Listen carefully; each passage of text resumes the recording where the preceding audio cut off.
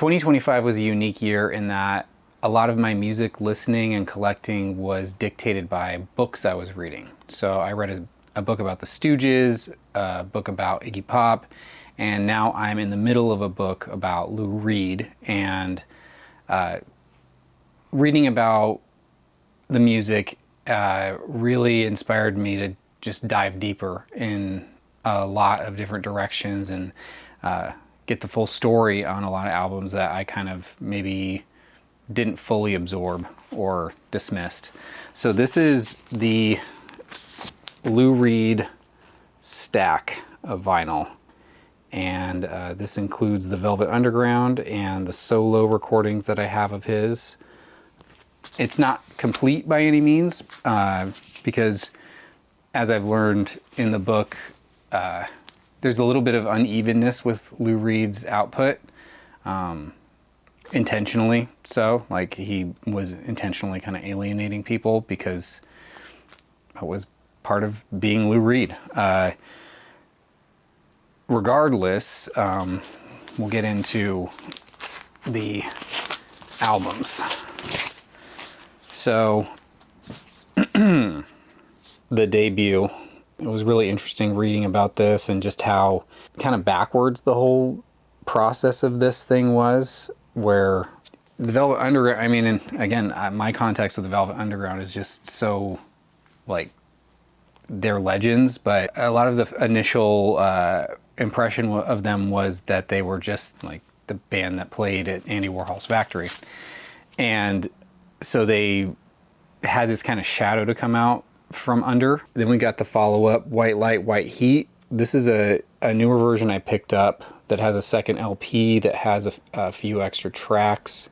And then Lou kicks John Cale out of the band and then makes the second self-titled Velvet Underground. And then we've got Loaded. And I always wondered why Loaded kind of just felt different. And it's because, you know, the lineup fully changed. It was just Lou and the drummer were the only original people from the original lineup. And then Lou quit before that album really took off and was a commercial success. So learning about the Velvet Underground was really interesting. So this album is a live album of the Velvet Underground, and I picked this up the day Lou Reed died. And it actually happened to be, I think, the same day, but in 1969. Then we get into the Lou Reed solo. So this is the first one I own from his catalog. I love David Bowie's production. Obviously, they had a conflict, and they never worked together again, unfortunately, but I really do think Bowie brought out a great side of Lou Reed for Transformer. And then we've got Berlin, a real alienating listen.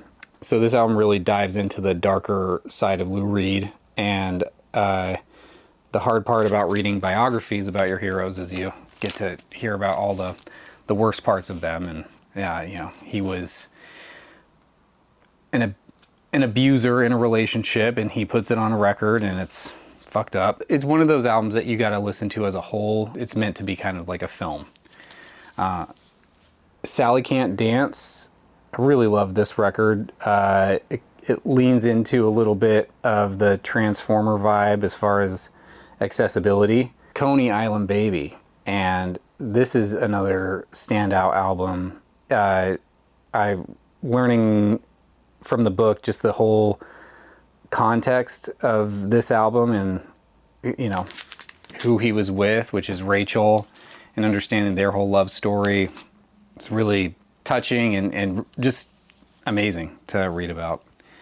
Then we have, I think, my absolute favorite Lou Reed song, Street Hassle. Regardless of my love for Transformer as my favorite album, Street Hassle is the top Lou Reed song for me.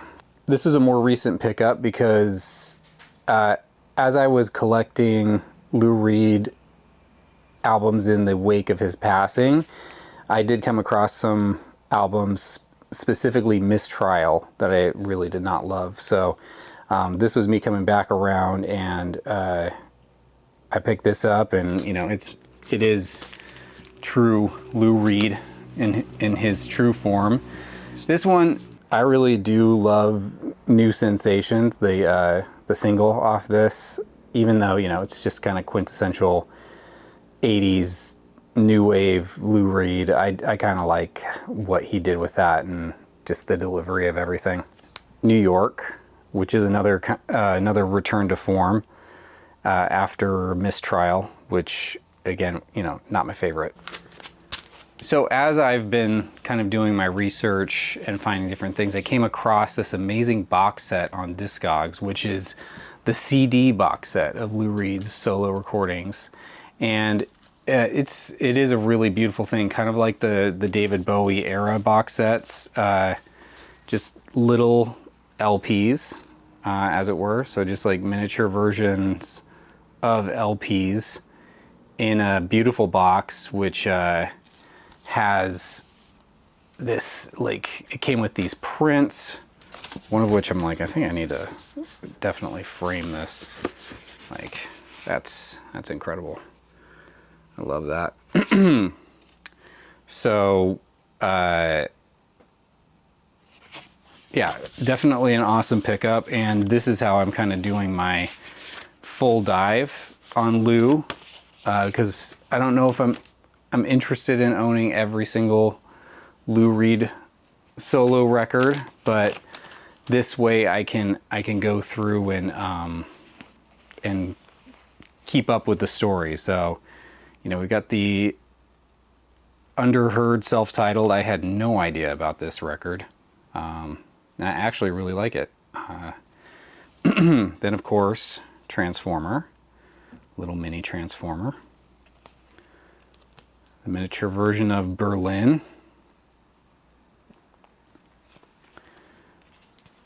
Rock and Roll Animal. Sally Can't Dance. Amazing. This one, this is apparently very alienating. This is how he tried to end his career.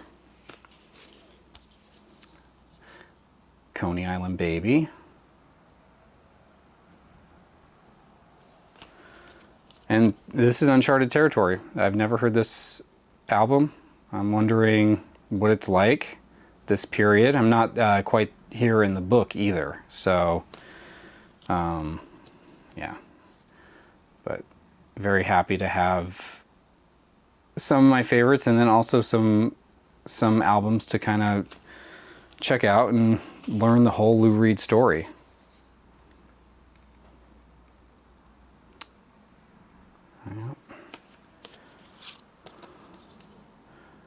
And then also, like, kind of see what gaps I have in my record collection, since this is all of the RCA and Arista releases in one set.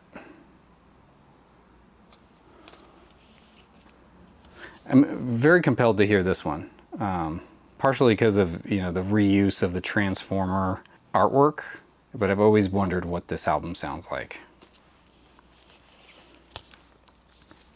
Yep, another one that I had no idea about. I have no idea what this is, what it sounds like. New Sensations. And then finally the solo record of his that I actually returned to the record store. I was like, no, I'm good on this. But I'll give it a re-listen, you know, with the context of the book. And the book, by the way, is this book by Anthony DeCurtis, and it's really amazing. It doesn't shy away from reality and the kind of warts and all storytelling of Lou Reed, because, you know, he's a rough guy. But I highly recommend checking that book out. And, you know, this is the, also I'll show you the box. So this is the box that the CD anthology came in. A little hard to see, the black on black, but that's very on brand for our friend Lou Reed.